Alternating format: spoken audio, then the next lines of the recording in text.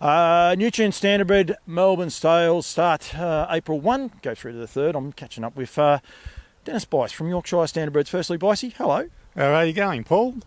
Long time no see. Long time no put a microphone in front of you too. There'll be a lot of people looking forward to this.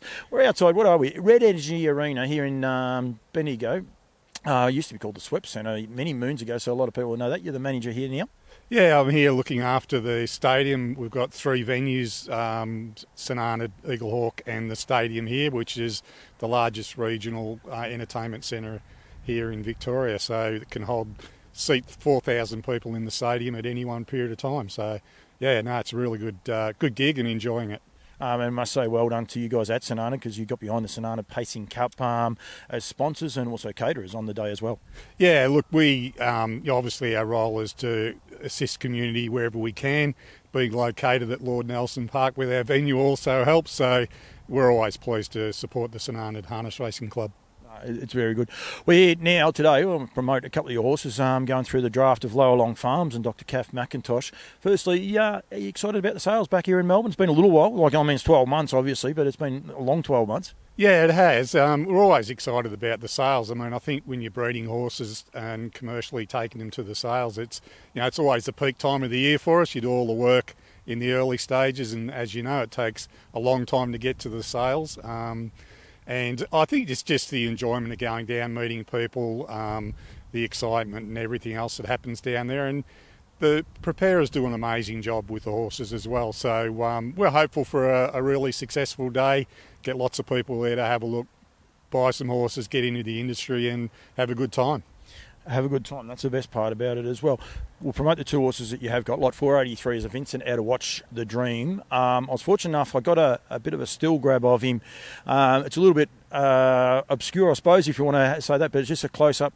Lovely colt, and just got a lovely eye on him, and that's what that little picture, hopefully I've got it up over the top, was able to showcase his beautiful eye. Yeah, look, he's a really nice horse. It's a really strong New Zealand family. Watch the Dream's out of a mare called Dreamy Adam, Soki's Adam horse. She's left some amazing horses. We purchased Watch the Dream in New Zealand on the basis from a breeding point of view, so we raced her over here. And, we're really pleased with the quality of foals she produces. We think that he's a really nice horse. 3 foals, including this bloke, at the minute. So only 2 of those could race. One of those has raced and won. So that's a great result. Yeah, she's a nice little sports rider filly, the first one. The second one is an Art Major who's had 2 starts for replacing already. So she's in the paddock at the moment. And then the Sweet Lou colt that we sold at last year's sale can't be too far away at the moment. So look, it's a really strong family. A lot of inquiry around from the New Zealand people around him because of that background, yeah. Yeah, because Watch a Dream is a half. She's a Better's Delight mare, and the Christian Cullen half-sister to her is the mother of Amazing Dream and Let's Chase the Dream, and anyone else you want to start rattling off. And that's when you start looking into those pedigree pages and go through it. It is a brilliant family, and it's a high-class New Zealand family. Yeah, it absolutely is. I think there's 3 New Zealand Horse of the Years, 2 and 3-year-old Horse of the Years in that family as well. So there's strength in the family. We're really pleased. We specifically went after this mare when we knew she was going to come up. We did the racing bit early, but the long-term plan was always from a breeding perspective with her. She was a 4-win mare. She went a 56.6 herself, so she was no duffer, but agreeing the breeding part of it. I think the mother of Amazing Dream had only had 1 win. So, I don't think the wins and those things make a lot of difference. No, and look, she was a little bit of a frustrating mare when we got her over here. She won 3 in a row. And then I think she ran about 12 seconds or something like that. So could have been a lot better, I suppose, from that perspective. But lovely mare. All of the foals that have gone through so far really well, good temperaments and all the rest of it. So we're really looking forward to this bloke on Sunday. Pastor Stephen, who stands at Llowalong Farms, he's residing there now as well. He's your other one out of La Tonorella, lot number 621 I'm going to go with. Yep, correct. Lovely colt. Plain bait, that's what she throws. Yeah, she does. If you have a look at all of them that have, she's produced so far, in terms of looks, nothing really special about them. But, we're really pleased. Once again, another mare that we went to New Zealand to buy. And, the first foal out of her was Jillaby Babaska, which, has done an amazing job. And second in a Breeders' Crown, he's a really nice horse. Had a few issues along the way. And more importantly, life after racing for him. He won the best led and ridden standardbred at the Natty Muck Show on the weekend. So, there is life after racing for all of them in different forms. I say he's a plain bait. Didn't he look awesome, Jillaby? And I think it was Jackie Barker. Could be wrong there. Jackie had him, and he just looked outstanding. And I'm glad you brought that up, because I was going to bring it up. But he was a unique horse on the racetrack. He had a few little quirks, if you like. He was one of those horses. He used to walk his final warm up instead of jogging, and that's where he really started to hit his straps. But unfortunately, as you said, injury cruelled him, and he was a high class trotter. He was racing the best at the time, and could have been anything for our industry. But the mare herself, I think she's about 80%. And the one that hasn't won at the minute is only a 2-year-old by used to me. Yeah, that's right. So she produced a horse called Magical. A lovely filly, ran second in the South Australian Derby. We've actually bought her back. So we sold her at the sales. She did had a bleeding attack when she was in South Australia. So really liked the family so much that we went and bought her back. So she's at home at the moment. She's in foal to Zenith Stride. So that'll be her first.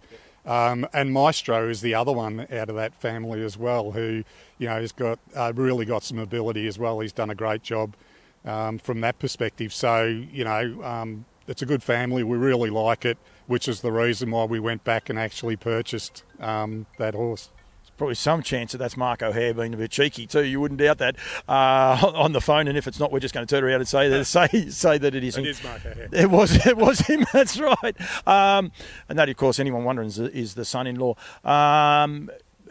Looking forward to the sales, though. Like, you're looking forward to these two colts being offered up. There's a lot gets said about it. The market's very nervous at the minute, but they are good quality colts, and they are there for legit sale. Oh, absolutely. We take horses to the sales to be sold. We're happy to meet the market. I think we get as much pleasure out of seeing other people race these horses as what we do breeding them and presenting them at the sales. And, it's something that both Brenda and I really enjoy.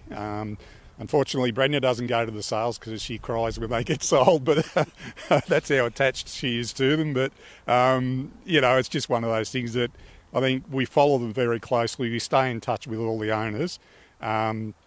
It's just something that we really enjoy. She also cries when you purchase one, and that actually throws a little bit of a segue, because I want to break down a few barriers. You purchased lot number 190 down by the seaside, which stands at Woodlands. Always got to throw those things in. Prepared and sold by Jake Stockton in New South Wales. He's now at Wagga. I want to break down a little bit of the barriers about credit, if you like, and how you go about purchasing the horses, because there's a lot of people who say that it's too hard. It's not too hard for a Nutrien if you organise and get everything done before the sales. No, I think that's the secret. If you can be organised and all the rest of it, it's an easy process. It's not a hard process at all. I was really keen on this filly. I was a little bit unsure about where she would actually get to in the sale.